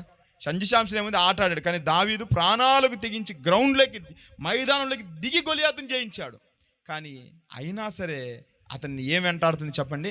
మరణం మాత్రం అంటే దావీదు మీద ఏముంది? మరణశిక్ష. ఇదే యోనాతాను భరించలేకపోతున్నాడు. ఏ పాపం చేశాడు నాన్నగారు? ఒక్క తప్పేం చేయలేదు, అమాయకుడు నా స్నేహితుడు దావీదు. కానీ ఎందుకు అతన్ని చంపుతా ఉన్నావు? అతని మరణం ఎందుకు అతన్ని ఆ విధంగా ఈడ్చుకెళ్ళిపోతా ఉన్నావు మరణం వెంట అని చెప్పి ఆ ఉద్దేశంతో అమావాస్య పోయిన మరునాడు కూడా ఏం చేశాడంట? భోజనం చేయలేదు. దేవుని బిడ్డలారా, ఈరోజు మన వాళ్ళందరూ మంచోళ్ళే. ఇదేందయ్య గారు ఇప్పుడు దాకా తిట్టి మా వాళ్ళని మళ్ళీ మంచోళ్ళు అంటారంటవా? దేవుని బిడ్డలారా, ఒక తాగుబోతు కానీ, ఒక తిరుగుబోతు కానీ, ఇంకా గుట్కాలకు అలవాటు పడిన కానీ వీళ్ళందరినీ మనం అసహించుకుంటాం. కానీ నాకు జాలి వేస్తుంది వాళ్ళని చూసినప్పుడు. ఎందుకంటే మా ప్రాంతంలో మోహన్ కుమార్ అని ఉన్నాడు. ఆయన ఎలాంటి తాగుబోతు అంటే అసలు భయంకరమైన తాగుబోతు. పెళ్లి రోజు కూడా భార్యకి తాళి కట్టి పక్కకి వెళ్ళి బీర్ షాప్ ఉంటే బీర్ షాప్లోకి వెళ్ళి మందు తాగిచ్చి పెళ్లి పీటల మీద కూర్చున్నాడు. అన్న చెప్పాడు, తమ్ముడా దయచేసి నాలాంటి తాగుబోతులు మీరు ఎవరు దూషించగాక. మేము తెలిసి కాదు కదా మేము చేసింది. దానివల్ల మేము ఎంత స్ట్రగుల్ అయితే, మమ్మల్ని అందరూ అవమానిస్తే, మమ్మల్ని నిందిస్తే అని ఆయన చెప్తా ఉంటే నాకు చాలా నిజంగా ఆశ్చర్యం వేస్తుంది. నిజంగా కదా మనం ఏ పార్టీ వాళ్ళని అనడానికి. ప్రియ దేవుని బిడ్డ, తెలిసి కావాలని ఎవడు తాగడంట. తాగుతాడా? ఇప్పుడు మందు తాగితే గుండె క్యాన్సర్ ఇలాంటి కిడ్నీలు పాడైపోతున్న సంగతి వాళ్ళకి తెలియదా? తెలుసు. దాని మీదుగా రాస్తారు కదా, పొగ తాగుట, మద్యపానం, ధూమపానం ఆరోగ్యానికి హానికరం. అయినా సరే ఎందుకు వెళ్తున్నారు? కావాలని వెళ్తున్నారా? లేదంటే దానివల్ల ఏమైనా ₹1,00,000 డబ్బులు సంపాదించుకొని? ఆ మరణం అంట వాళ్ళని తరుముతా ఉంటుందంట. ముందుకు బానిసైనోడు డివిఆర్ కాలంలో ఒక ఆయన ఉన్నాడు, నాకు తెలిసిన ఆయన. ఉదయం 4:30, 5 అయిందంటే తెల్లవారుజామున అదే లేపుతుందంట, లేయి పద బీర్ షాపుకు పద. సహవాసాలకు పాపానికి బానిసైనోడిని మరణం అంట లేపుతుందంట, పద అని. దావీదులానే పాపం ఏమి తెలియని వాళ్ళే చెప్పాలంటే. కానీ మరణం, సౌలు లాంటి మరణము, సౌలు లాంటి పాపం మన వాళ్ళని ఈడ్చుకెళ్తా ఉంది. అదే అంటున్నాడు, ఏ పాపం చేశాడు తండ్రి నా సహోదరుడు, నా స్నేహితుడు. ఈరోజు ప్రియ దేవుని బిడ్డలారా, మన పిల్లలు, మన వాళ్ళు, మన బంధువులు ఒకవేళ ఎవరైనా పాపంలో ఉంటే వాళ్ళని మనం దూషించకూడదు, వాళ్ళని అవమానించకూడదు. ఎందుకంటే ప్రభు అందరినీ ప్రేమిస్తున్నాడు. వాళ్ళు కావాలని ఎవడు కూడా పోయి మందు షాప్లో పోయి మందు తాగడవాడు. అది ఈడ్చుకెళ్తా ఉంది మన వాళ్ళను. సౌలులాగా తరుముతా ఉంది మన వాళ్ళను మరణం. వెంటాడుతూ ఉంది మరణం మన వాళ్ళను. ఎవడు కూడా కావాలని తీసుకెళ్ళి గుట్కాలు తిండు ప్రియ దేవుని బిడ్డలారా. అది తింటే పాడైపోతాం, కుటుంబం భ్రష్టు పట్టిపోద్దని తెలుసు.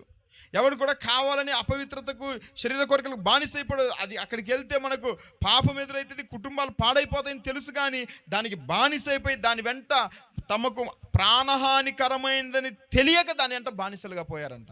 సామెతల గ్రంథంలో ఉంటుంది. వాని గుండె అంబును చీల్చు వరకు వాడు దాని వెంట వెళ్ళిపోయాడు. వదకు తేబడిన గొర్రెపిల్ల వెళ్ళిపోయినట్టు వెళ్ళిపోయాడంట. దేవుని బిడ్డలారా, ఈరోజు మన వాళ్ళను కూడా మరణము విలయతాండం చేస్తాం. సాతానుగాడు వాళ్ళని గురిపెట్టి కొడతా ఉన్నాడు. అది గ్రహించాలి మనం. ఎందుకు ఈడు మారటం లేదు, ఎందుకు ఈయన మారటం లేదు, ఎందుకు ఇంత పనికి మాలవాడని అనుకోవడం కాదు, కానీ వాడు సాతానుగాడు వాడిని బంధించేశాడు. తెలిసిన సాతాను బంధకాలు మన వాళ్ళు బానిసలైపోయారు. మరణపు బంధకాలు మన వాళ్ళని చుట్టుకొని ఉన్నాయి. అది తెలుసుకుంటే నువ్వు వాళ్ళ కోసం వాళ్ళని ద్వేషించవు. వాళ్ళనప్పుడు నువ్వు తిట్టుకోవు. వాళ్ళ కోసం ఏం చేస్తావు? ప్రార్థన చేస్తావు. ఉపవాసం ఉండి ప్రార్థన. ప్రభువా, నా పిల్లలను మరణం ఏళ్తా ఉంది ప్రభువా, మరణపు శిక్ష నా కుటుంబం మీద దాడి చేస్తూ ఉంది ప్రభువా, తరుముతా ఉంది ప్రభువా మా వాళ్ళను మరణం. ఆ మరణ శాసనం రద్దు చేయాలంటే ఉపవాసం ఉండి ప్రార్థన చేయాలి. వారి కొరకు కన్నీరు కార్చాల, వారి కొరకు విలపించాలా. దావీదు మీద మరణ శిక్ష ఉంది. ఇర్మియా ప్రవక్త అంటాడు, 9వ అధ్యాయం 1వ వచనం చదవండి. నా జనులలో హతమైన వారిని గూర్చి దివారాత్రము కన్నీరు విడిచినట్లు నా తల జలమయముగాను నా కన్ను కన్నీళ్ళ ఊటగాను ఉన్ను. ఇర్మియా ఎవరి కోసం అంట? నా జనులలో చనిపోయిన వాళ్ళ గురించి అంట. మరణ బంధకాల్లో ఉన్న వాళ్ళ కోసం ఇర్మియా ఎలా ఉన్నాడంట? నా తల జలమయముగాను నా కన్ను కన్నీళ్ళ ఊటగా. ఎప్పుడైనా విలపించి ప్రార్థన చేసావు వాళ్ళ కోసం, వాళ్ళు మారాలని, వాళ్ళ కోసం మనం మారు మనసు పొందాలని నువ్వు ప్రార్థన చేయకుండా, మరణ శిక్ష వాళ్ళ మీద నుంచి తొలగించవాలని నువ్వు ప్రార్థన చేయకుండా, నువ్వు ఎంతసేపు వాళ్ళని తిట్టినా కొట్టినా ఏమొస్తుంది? వాళ్ళు ఏం మారుతారు? సాతానుగాడు బంధించాడే మన వాళ్ళని విడిపించాలా. మరణ బంధకాల నుంచి మనమే విడిపించాలా. యోనాతాను ఏ విధంగా దావీదు కొరకు ఉపవాసం ఉన్నట్టుగా మనమే ఉపవాసంతో మన వాళ్ళ కొరకు ప్రార్థించాలా. తర్వాత 1 సమూయేలు గ్రంథం 12:19 ఒక మాట ఉంటుంది చూడండి. సమూయేలుతో ఇట్లనిది, రాజును నియమించమని మేము అడుగుట చేత మా పాపములన్నిటికీ మించిన కీడు మేము చేసితిమి. కాబట్టి మేము మరణము కాకుండా నీ దాసులమైన మా కొరకు నీ దేవుడైన యెహోవాను ప్రార్థించుము. అమ్మ, మరణం కాకుండా ఏం చేయాలంటే మా కోసం జనులు ఏమంటున్నారు సమూయేలు దగ్గరికి? అయ్యా, మేము చనిపోకుండా, మేము మరణం పాలు కాకుండా, మేము సాతాను పాలు కాకుండా మా కోసం నీ దేవుడైన యెహోవాను ఎవరు చేయాలంట? సమూయేలు. ఎందుకంటే సమూయేలు ప్రవక్తగా, దేవుని సేవకునిగా ఉన్నాడు, దేవునిలో అంటుకట్టబడి ఉన్నాడు. కాబట్టి నువ్వు చేయ్యా ప్రార్థన అని వేడుకుంటున్నారు. ఇప్పుడు నేను అంటాను, మన వాళ్ళు మారాలంటే వాళ్ళకి ప్రార్థన తెలుసా అమ్మా? వాళ్ళకు వాక్యం తెలుసా? మరి వాళ్ళ కొరకు ఎవరు ప్రార్థన చేయాలా? మనమే చేయాలి. మనమే కన్నీరు గార్చాలి మన ప్రజల కోసం. సమూయేలుతో అదే చెప్తున్నా, అయ్యా మా కోసం ప్రార్థన చేయ్యా, మేము ప్రార్థన చేసుకోలేని స్థితి అయ్యా మాది, మేము ఏం అడగాలో తెలియక రాజుని అడిగామయ్యా, మా పొరపాటు అయిందయ్యా, మా పాపం మా మరణం పోవాలంటే, మరణం మాకు సంభవించకుండాలంటే మా కోసం నువ్వే ప్రార్థన చేయ్యా. ఈరోజు మన వాళ్ళ కోసం, మన పిల్లల కోసం, మన భర్త కోసం, మన భార్యల కోసం, మన కుటుంబాల కోసం, నశించిపోతున్న మన జనుల కోసం ఎవరు ప్రార్థన చేయాలా?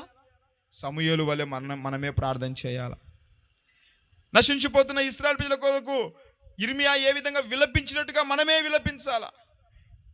మరణము తరుముతున్న దావీదు కోసం యోనాతాను ఏ విధంగా ఉపవాసం ఉన్నాడో మనం కూడా ఆ విధంగా ఉపవాసం ఉండాలి.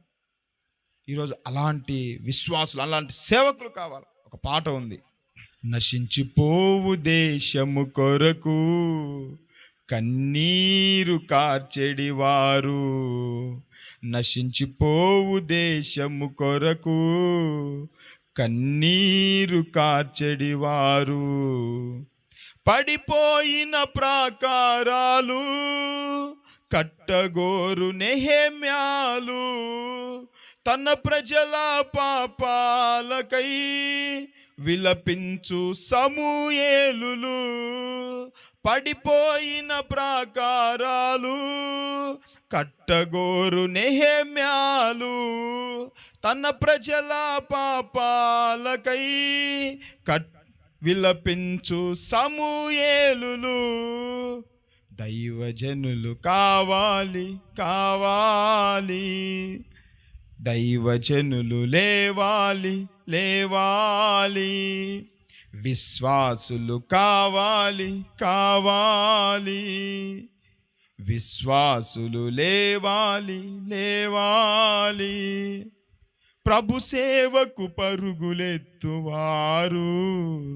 ప్రభు కోసం ప్రాణమిచ్చెడివారు, ప్రభు సేవకు పరుగులెత్తువారు, ప్రభు కోసం ప్రాణమిచ్చెడివారు. ప్రియ దేవుని బిడ్డలారా, సమూయేలు లాంటి వాళ్ళంగా మనం తయారవుదామా? నెహెమ్యాలాగా తన ప్రజల కొరకు విలపించే వాళ్ళంగా మనం తయారవుదామా?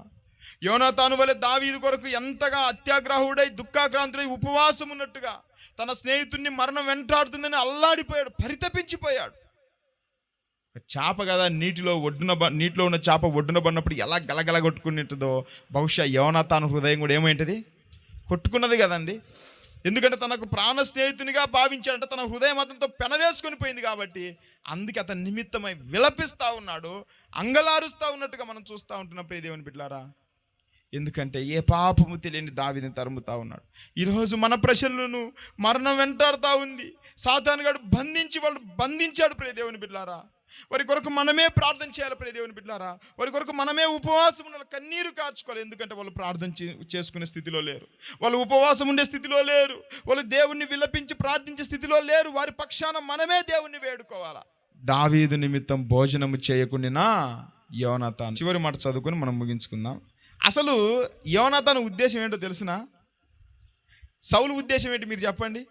అక్కడే అన్నాడు కదా, అతడు బ్రతికున్నంత కాలం నీకును నీ యొక్క రాజ్యానికి స్థిరత కలగదు. అంటే సౌలు ఉద్దేశం ఏంటి? నా తర్వాత సింహాసనం గద్దె ఎవరు ఎక్కాలా? యోనాతాను ఎక్కాలా. అసలు యోనాతాను ఉద్దేశం ఏంటి చెప్పండి? ఉందా ఆ మాట? చదవండి ఎక్కడుందో. అసలు ఎంత మంచి స్నేహితుడు కదండి.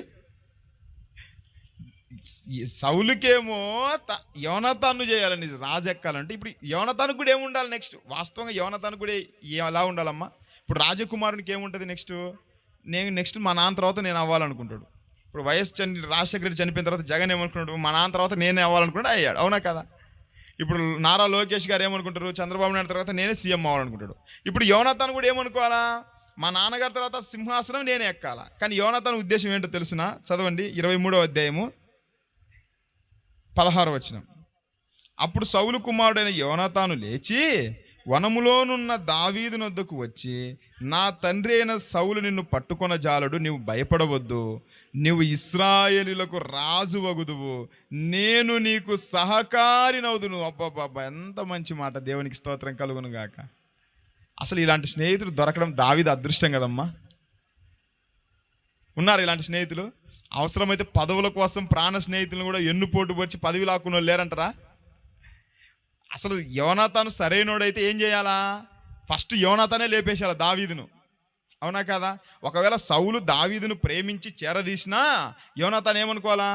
ఏంట్రా మా నాన్న ఒకటి పనికిమాలినలాగా ఉన్నాడు, నెక్స్ట్ నన్ను రాజుని చేస్తట్లేదు, వీని చేరదీస్తున్నాడేంటి, అసలు ఈయన తప్పారని యోనాతానుకు రావాలి ఆ బుద్ధి. కానీ రివర్స్లో అతనికి వస్తే సౌలుకు వచ్చింది ఆ బుద్ధి.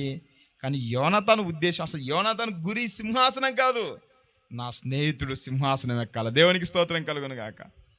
నా స్నేహితుడు గద్దెనెక్కాలా, నా స్నేహితుడు అధికారిగా ఉండాలా. అయితే ఈయన ఎలా ఉంటాడంట? నేను సహాయక. అబ్బాబాబా, అసలు ఎంత మంచి మాట! అసలు ఉంటుంది అమ్మా? అసలు ఇలాంటి స్నేహితులు ఉంటారా ఈ రోజుల్లో? అవసరమైతే ఎలా మార్చుకుంటారు? నేను సింహాసనం మీద కూర్చుంటా, నా కింద నువ్వు సహకారిగా ఉండరా అని చెప్పాలి. అవునా కదా?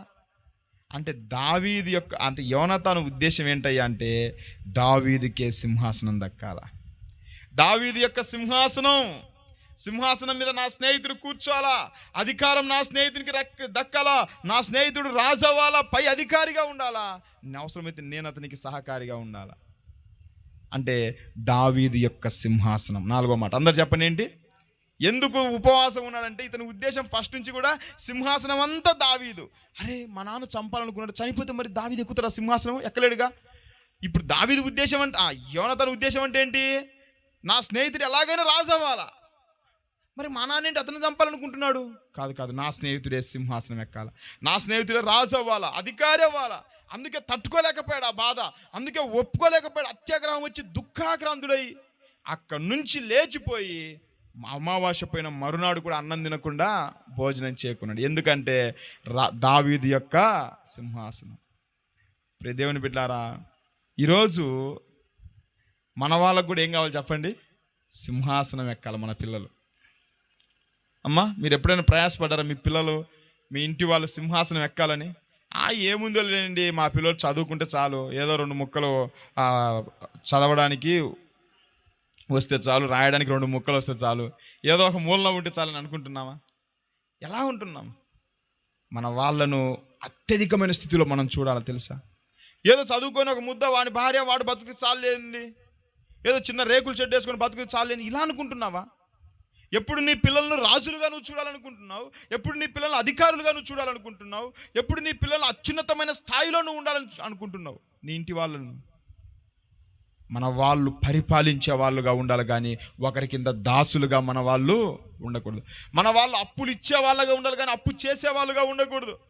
మన పిల్లలు నాయకులుగా ఉండాలి కానీ పరిచారకులుగా ఉండకూడదు. ప్రియదేవుని బిడ్డలారా, ప్రయాసపడుతున్నామా? నేనంటాను, ఒకటి, ఈ లోకరీత్య మన వాళ్ళు ఎప్పుడైనా సరే పైనే ఉండాలా. అంతేకాదు, అసలు నిజమైన సింహాసనం ఏది చెప్పండి? ఆ సింహాసనం పరలోకంలో సింహాసనములో దేవుని దగ్గర ఆయన కుడిపార్శ్వంలో మన వాళ్ళు ఉండేటట్టుగా నువ్వు ప్రార్థన చేసావు ఎప్పుడైనా? మనకు బైబిల్లో ఒక ఆమె కనిపిస్తుంది. ఆమె తన కుమారులు ఎక్కడ ఉండాలని కోరుకున్నది చెప్పండి? ఎవరు ఆమె చెప్పండి? Very good. సంతోషం. అమ్ముకున్న జ్ఞానం మీకు ఎవరికి లేకపోయారు నాయన. నేను బైబిల్ షోలు చెప్పుకొని ఏం లాభం చెప్పండి? ఈసారి బైబిల్ షోలో పరీక్ష పెడితే సంతోషమ్మకు వస్తుంది ఫస్ట్ మార్కులు. జబదయి కుమారుల తల్లి. సరే, ఆమె ఆలోచన అక్కడ తప్పు, కానీ అంటే అటు అడగకూడదు ప్రభు దగ్గరికి వెళ్ళి, కానీ ఆమె ఆశ మంచిది, అవునా కదా? ప్రభును అదేంటంటే ఆమె తెలియక అడిగింది పాపం. కానీ ఏదేమైనా ఆ తల్లి ఏమనుకుంటుంది? ప్రభు దగ్గరికి వెళ్ళి అడుగుతా ఉంది. చదవండి ఒకసారి, మత్తయి సువార్త 20వ అధ్యాయం 20వ వచనం. అప్పుడు జబదయి కుమారుల తల్లి ఆయన యొద్దకు వచ్చి నమస్కారం చేసి ఒక మనవి చేయబోగా. ఏం చేస్తుంది? ప్రభు దగ్గరికి నమస్కారం చేసి మనవి అంటే ప్రార్థనే కదమ్మా, విజ్ఞాపన చేస్తుంది. ప్రార్థన, నీవేమి కోరుచున్నావని ఆయన అడిగెను. ప్రభు అడిగాడు.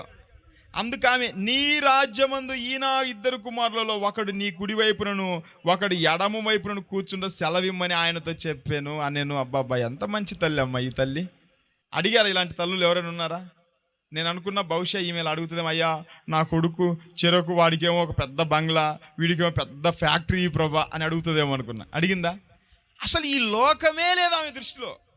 ఆమె అంటుంది, ఏమొద్దయ్యా నాకు, నీ రాజ్యంలో నీ కుడి పార్శ్వమున ఒక కుమారుడు, ఎడమ పార్శ్వమున ఒక కుమారుడు, వీళ్ళిద్దరుంటే చాలు. ఏమో చెప్పలేము, ఉండొచ్చేమో వాళ్ళు అక్కడ. అంటే ప్రభు అన్నాడు అది తండ్రి అంటే ఆయన, ఎందుకంటే ఆయన శరీరధారిగా ఉన్నాడు కాబట్టి దాని గురించి ఆ టాపిక్ డిస్కషన్ చేయట్లే అక్కడ. నువ్వేమడుగుతున్నావో నీకు తెలుసా అని అన్నట్టుగా మాట్లాడు. సరే, ఆ కాంటెక్స్ట్ మనకు వద్దండి. ఏదేమైనా వాస్తవంగా అయితే అది ఆమె జ్ఞానానికి తెలియక అట్లా అడిగింది. కానీ తన కుమారులను మొత్తం మీద ఆమె ఉద్దేశం ఏంటి? పరలోకములో తండ్రి కుడిపార్శ్వమున, యేసు ప్రభు కుడిపార్శ్వన తన కుమారులు ఉండాలి. ఆ సింహాసనం మీద నీ రాజ్యములో అక్కడ ఉండాలి నా పిల్లలు. ఎంతమంది ఇలా ప్రార్థన చేస్తున్నారు? నేను అదే చెప్పేది, మీ పిల్లల ముందు పరలోక రాజ్యంలో ఆ సింహాసనం ఎక్కేటట్టు మీరు ప్రార్థన చేయండి. అప్పుడు వాళ్ళు మారుతారు పూర్తిగా. అప్పుడు వాళ్ళు పూర్తిగా వాళ్ళు పర్ఫెక్ట్ అయిపోతారు. నేను ఉదయం కృపమ్మతో కూడా ఒక మాట అన్నా, అజిరే గారు రోగం తగ్గాలని, అజిరే గారికి ఒళ్ళు నొప్పులు తగ్గాలి, ఇది కాదమ్మా మనం చేయాల్సింది. ఆయన హృదయం మారాలా, ఆయన హృదయంలో ఉన్న చెడుతనం పోవాలా. ఆయన ఆ చెడు అలవాట్లు పోతే ఇంకా రోగాలు ఎందుకుంటాయి? మీరు వీటి మీద దృష్టి పెట్టగాకండి. నేను అదే చెప్పి, నా దృష్టి అంత ఏంటంటే మీరు అతను రోగం తగ్గాలా, అతని ఇవి కాదు, ఆయన హృదయం మారారా, ఆయన చెడుతనంపై పరిశుద్ధంగా దేవుని సన్నిధిలో బైబిల్ పట్టుకొని వస్తే వస్తాయి రోగాలు? పొరపాటున కూడా రావు. నువ్వు ఫస్ట్ నీ పిల్లల్ని ఎక్కించాల్సింది ఈ సింహాసనం కాదు, ఆ సింహాసనం ఎక్కించాలా. నీ పిల్లవాడు ఎలా ఉన్నాడు? దాసునిగా, పాపానికి బానిసగా ఉన్నాడా? పాపాన్ని జయించే వాళ్ళుగా ఉన్నారా మన పిల్లలు? లోకానికి దాసులుగా ఉన్నారా? లోకం మీద రాజులుగా ప్రభుత్వం చేస్తూ ఉన్నారా మన పిల్లలు? పాపము చేయి ప్రతివాడు దేనికి దాసుడంట? పాపానికి దాసుడు.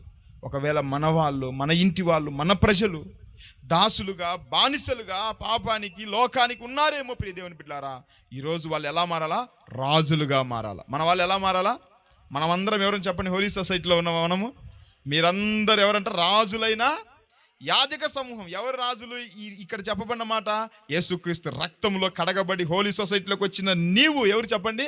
రాజులైన యాజక సమూహం. ఇంకా ప్రభువుని ఎరగకుండా లోకంలో పాపములు నశించిపోయే వాళ్ళు ఇంకా దాసులుగానే ఉన్నారు. లోకానికి దాసులు, పాపానికి దాసులు. ప్రియ దేవుని బిడ్డలారా, వాళ్ళందరూ లోకాన్ని విడిచిపెట్టి హోలీ సొసైటీలో చేర్చబడి ప్రభు రక్తంలో కడగబడి రాజులైన యాజక సమూహముగా ప్రభుకు ఒక అర్పణగా మన వాళ్ళు ప్రభుకు సాక్షులుగా మన వాళ్ళు జీవించాలా, ఆ పరలోకంలో కూడా అధికారులుగా మన వాళ్ళు ఉండాలి. ఇంకో విషయం చెప్పమంటారా, రక్షించబడిన ప్రతి ఒక్కడు పరలోకం వెళ్తాడు, కానీ మరి బహుమానాలు వద్దాం? మరి పరలోకంలో ఇలా ఉంటారు చేతులు కట్టుకొని. ఇప్పుడు పాస్ అయిన ప్రతి ఒక్కరికి పోస్ట్ ఇస్తారా, ఉద్యోగం ఇస్తారా, అందరికి గిఫ్ట్లు ఇస్తారా? ఎవరైతే టాపర్స్ ఉంటారో వాళ్ళకే ఇస్తారు. ఇప్పుడు మన క్రికెట్ మ్యాచ్ గెలిచిండ్రు, అందరికి ఇచ్చారులే, కానీ సంజు శాంసన్కి ఇచ్చిన గిఫ్ట్లు మిగతా వాళ్ళకి ఇచ్చారా? అందరు విన్నర్సే, అందరు వరల్డ్ కప్లో విన్నర్సే, కానీ man of the match, player of the tournament ఎవరికంటే సంజు శాంసన్. నేను అంటాను, మీ పిల్లలు పరలోకం వెళ్తారు, ఒకవేళ మనం కూడా వెళ్ళొచ్చు, కానీ అక్కడ బహుమానాలు, సింహాసనం ఎవరికి, అధికారం ఎవరికి? ఈ లోకంలో మనము ఎంత పరిశుద్ధంగా జీవిస్తే, ఎంత ప్రభు కొరకు, ప్రభు సాక్షిగా, ప్రభుకు మహిమ తెచ్చే విధంగా మనం జీవిస్తే, అక్కడ ఉంటుందండి మనకు పరలోకం, అక్కడ ఉంటుందండి మనకు సింహాసనం. సంజు శాంసన్ ఎంత చక్కగా రాణించి గ్రౌండ్లోనే ప్రభుని మహిమపరిచాడు. అతను ఓడిపోతుంది ఇంకా అవ్వదనుకున్న మ్యాచ్ని కూడా మన భారతదేశం వైపు తిప్పి ఒంటి చేత అసలు చాలామంది అసలు అతన్ని పక్కన పెట్టేశారు చెప్పాలంటే. వాటర్ బాటిల్స్ అందిస్తూ ఉన్నాడు అనమాట. అక్కడ కెప్టెన్ అడిగారు అనమాట, మరి సంజు శాంసన్ తీసుకొచ్చు కదా అని అంటే నవ్వుతూ చెప్పాడు ఆయన సమాధానం, మరి అభిషేక్ శర్మని ఏం చేయాలా, తిలక్ వర్మని ఏం చేయాలా, వాళ్ళని ఏం చేయాలా అంటే సంజు శాంసన్ కంటే వాళ్ళు ఎక్కువ అన్నట్టుగా మాట్లాడారు కదండి అని నవ్వుతూ సమాధానం, వ్యంగ్యంగా. మరి వీళ్ళ పరిస్థితి ఏంది, పక్కన పెట్టమంటారా అని నవ్వుతూ సమాధానం ఇచ్చాడు. కానీ రాక వచ్చిన అవకాశాన్ని సంజు శాంసన్ గారు ఉపయోగించుకొని చక్కగా అద్భుతంగా పర్ఫార్మెన్స్ చేసి చివరికి ఏమయ్యాడు, భారతదేశంలో ఈరోజు ఒక గొప్ప కీర్తి ప్రఖ్యాతిగాంచిన వీరునిగా మారిపోయాడు. అంతకుముందు జెమిమా రోడ్రిగ్స్ గారు కూడా, ఆ అమ్మాయి చక్కగా ఆ మహిళల ప్రపంచ కప్లో కూడా అసలు ఆమె పేరేది లేదు అంతకుముందు, తెలిసిందా అండి? ఇండియాలో సెంచరీలు చేసిన వాళ్ళు చాలామంది ఉన్నారు లేడీస్లో కూడా, కానీ ఎవరి పేరైనా ఈ అమ్మాయి పేరు మ్రోగినట్టు మోగిందా? ఎందుకంటే ఈమె అదే గ్రౌండ్లో ప్రభుని గురించి సాక్ష్యం ఇస్తుంది. ప్రభు నా పక్షాన ఉన్నాడు, కీర్తనల గ్రంథంలో రాయబడిన మాటలు ఆమె జ్ఞాపకం చేసుకొని చెప్పింది. తెలిసిన కీర్తనల గ్రంథం 30వ అధ్యాయంలో ఉంటుంది, సాయంకాలమున ఏడుపు వచ్చి రాత్రి ఉండినను ఉదయమున సంతోషం కలుగును అనే మాటను ఇంగ్లీష్లో చెప్తా ఉన్నది అమ్మ.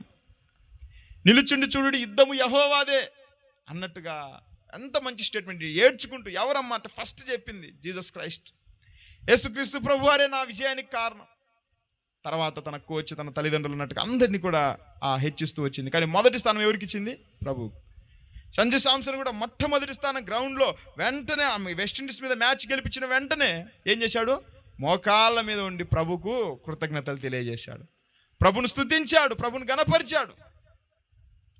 అందుకే ఆ తదనంతరం ఏమో 2 మ్యాచ్లో కూడా హీరో అయిపోయాడు.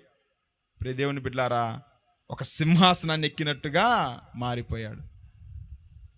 బహుశా నేను అనుకుంటాను ఆ శాంసన్ కొరకు వాళ్ళ అమ్మ నాన్న ఎంత ప్రార్థించింటారు ఇంటి దగ్గర, అవునా కదా? అందరు శాంసన్ను చూస్తూ ఉన్నారు, ఒకసారి వాళ్ళ తల్లిదండ్రులను వాళ్ళు ఎంత ప్రార్థించి ఉండొచ్చో, అతని సేవకులు ఎంత ప్రార్థించి ఉండొచ్చో, అతని ఆత్మీయ నాయకులు అతని కొరకు ఎంత కన్నీరు గార్చిండొచ్చో. మా కుమారుడు, మా శాంసన్ ఎలాగైనా సరే అతను పైకి రావాలా, ఎలాగైనా సరే ఒక గొప్పవానిగా కావాలని ఎంత ప్రార్థించుంటారు. ఎన్ని సంవత్సరాల నుంచి వేచి అప్పుడు గొప్ప కీర్తిని సంపాదించుకున్నాడు. అతను కూడా ఎంత ప్రార్థించుంటాడో దేవుని సన్నిధిలో. ప్రియ దేవుని బిడ్డలారా, నేను అంటాను సంజు శాంసన్ ఈ లోకంలోనే అధికారిగా మారిపోయాడు, ఈ లోకంలో దేవునికి మహిమ తెచ్చేవానిగా ఉంటున్నాడు. ఈరోజు నేనంటాను పరలోకంలో కూడా మనము దేవునికి మహిమ తెచ్చే విధంగా ఉండాలి. ఈ సింహాసనాన్నే కాదు, పరలోక సింహాసనాన్ని కూడా మనము మన వాళ్ళకు ఇచ్చే వాళ్ళంగా ఉండాలి. రాజులు అంటే అది ప్రియ దేవుని బిడ్డలారా. కాబట్టి యోనాతాను యొక్క ఉద్దేశం ఏంటంటే నా స్నేహితుడు రాజు అవ్వాలా, ఎలాగైనా సరే అధికారం అవ్వాలా, ఇజ్రాయెల్ దేశాన్ని ఏలాలా దావీదు. బహుశా ఇతని ఉపవాసం ఇతని కోరికను బట్టి అయ్యుండేమో అండి. దేవుని ప్రణాళిక ఉంది, నేను కాదని చెప్పట్లేదు. దేవుని ప్రణాళిక ఉందన్న సంగతి యోనాతానుకు తెలుసా? దేవుని ప్రణాళిక ఉంది కరెక్టే, కానీ యోనాతాను కూడా ఎంత పరితపించాడు రాజు కావాలని. దేవుని బిడ్డలారా, ఈరోజు మన పిల్లలు, మన కుటుంబీకులు, మన బంధువులు, మన వాళ్ళు ఇంకా దాసులుగా ఉన్నారేమో, వారందరూ రాజులుగా మారాల. యేసుక్రీస్తు రక్తంలో కడగబడి రాజులైన యాజక సమూహం అనే గుంపులోకి రావాలా. పరలోక రాజ్యంలో సింహాసనాన్ని అధిష్ఠించాల మన వాళ్ళు. బహుమానాలు తీసుకునే ప్రభు సేవలో పరిచర్య చేసి పనిచేసి గొప్ప వీరులుగా మారాల. అలాంటి కృప మన వాళ్ళకు అనుగ్రహించాల ప్రియ దేవుని బిడ్డలారా.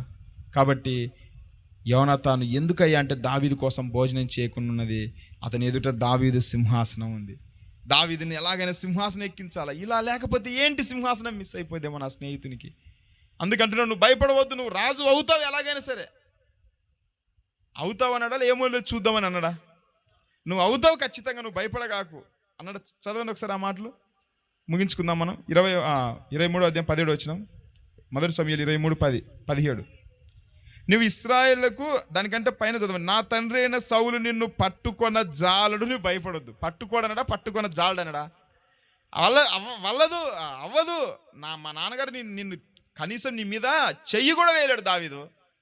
నువ్వు భయపడగాకు, ఎందుకంటే నువ్వు ఇశ్రాయేలుకు రాజు వగుదువు, నేను నీకు సహకారినవుదును. ఇది నా తండ్రి అయిన సౌలునకు తెలిసి ఉన్నదని అతనితో చెప్పా. దేవుణ్ణి బట్టి అతన్ని బలపరిచిన. బాబా దేన్ని బట్టి బలపరిచాడంట అంటే, ఈ యోనాతానులో ఎవరి ప్రేమ ఉంది చెప్పండి? దేవుని ప్రేమ. యోనాతాను దేవుని సంకల్పాన్ని ఎరిగినాడు. యోనాతాను దేవుని యొక్క ప్రణాళికలో తను కూడా పాలిభాగస్తుడయ్యాడు. యోనాతాను దేవుని బట్టి బలపరచడం తన సొంత మాటలు కాదు, బహుశా దేవుడు దర్శనం ఇచ్చిండో ఏమో యోనాతానికి, అవునా కాదని. అందుకే బల్లగుద్ది చెప్తున్నాడు, నువ్వు భయపడగాకు, దేవుని బట్టి నేను నిన్ను బలపరుస్తున్నాను, నువ్వు రాజు అవుతావు, you are the real hero, you are the real king అన్నట్టుగా చెప్పాడు. కాబట్టి ప్రియ దేవుని బిడ్డలారా, ఈరోజు మనం కూడా మన కుటుంబాల్లో ఇంకా ఎవరైనా పాపానికి దాసులుగా, లోకానికి దాసులుగా ఉన్నారేమో, వాళ్ళని అనాల్సిన పని లేదు. ప్రియ దేవుని బిడ్డలారా, మన వాళ్ళందరూ రాజులుగా, అధికారులుగా, అనేకులను పరిపాలించేవారుగా మన వాళ్ళు ఉండాలా. ఈరోజు మన పిల్లల భవిష్యత్తు కోసం, మన మనవళ్ళు, మన మనవరాల భవిష్యత్తు కొరకు మనమే ప్రార్థన చేద్దాం. వాళ్ళు ఈ లోకంలో సింహాసనం అధిష్ఠించాలా, ఈ లోకంలో పరిపాలకులుగా ఉండాలా. అంతేకాదు పరలోక రాజ్యంలో కూడా ఆ సింహాసనాన్ని దక్కించుకునే విధంగా, బహుమానాలు దక్కించుకునే విధంగా వాళ్ళ పరిశుద్ధత, వాళ్ళ నీతి, వాళ్ళ భక్తి ఇక్కడ ప్రదర్శించబడాలా. ఆ విధంగా ఉండాలని మనమందరం వాళ్ళ కొరకు ప్రార్థన చేద్దాం. మనమందరం వాళ్ళ కొరకు ఉపవాసం ఉందాం. ప్రియ దేవుని బిడ్డలారా, చివరిగా నా మాటలు నేను ముగిస్తా ఉన్నాను. ఒకసారి గుర్తు చేసుకుందాం. దావీదు నిమిత్తం భోజనం చేయకుండా యోనాతాను ఎందుకు భోజనం చేయలేదండి? ఎందుకు ఉపవాసం ఉన్నాడంటే, ఒకటి, దావీదు తనకు ప్రాణ స్నేహితునిగా భావించాడు. ఈరోజు నీవు ప్రాణ స్నేహితులుగా, నువ్వు ప్రాణంగా ప్రేమించే వాళ్ళ కొరకు ఎప్పుడైనా ఉపవాసం ఉండి ప్రార్థన చేశారా? ఈరోజు వాళ్ళ కొరకు ఉపవాసం ఉన్నాం. ఎందుకంటే రెండవదిగా, దావీదు కలిగిన అవమానం ఈరోజు మన ప్రజలకు, మన పిల్లలకు, నానుకున్న వాళ్ళు పాపములో పడిపోయి అవమాన పాలైపోతున్నారు. మనకు అవమానాలను, నిందలు మిగిలిస్తూ ఉన్నారు. చెడుతనమును బట్టి అవమాన పాలైపోతున్నారు. బలాత్కారాన్ని బట్టి అవమాన పాలైపోతున్నారు. మరి వాళ్ళకు కలిగిన అవమానం పోవాలంటే, మన కుటుంబం మీద ఉన్న నిందల అవమానం పోవాలంటే వారి కొరకు మనం ఏం చేయాలమ్మా?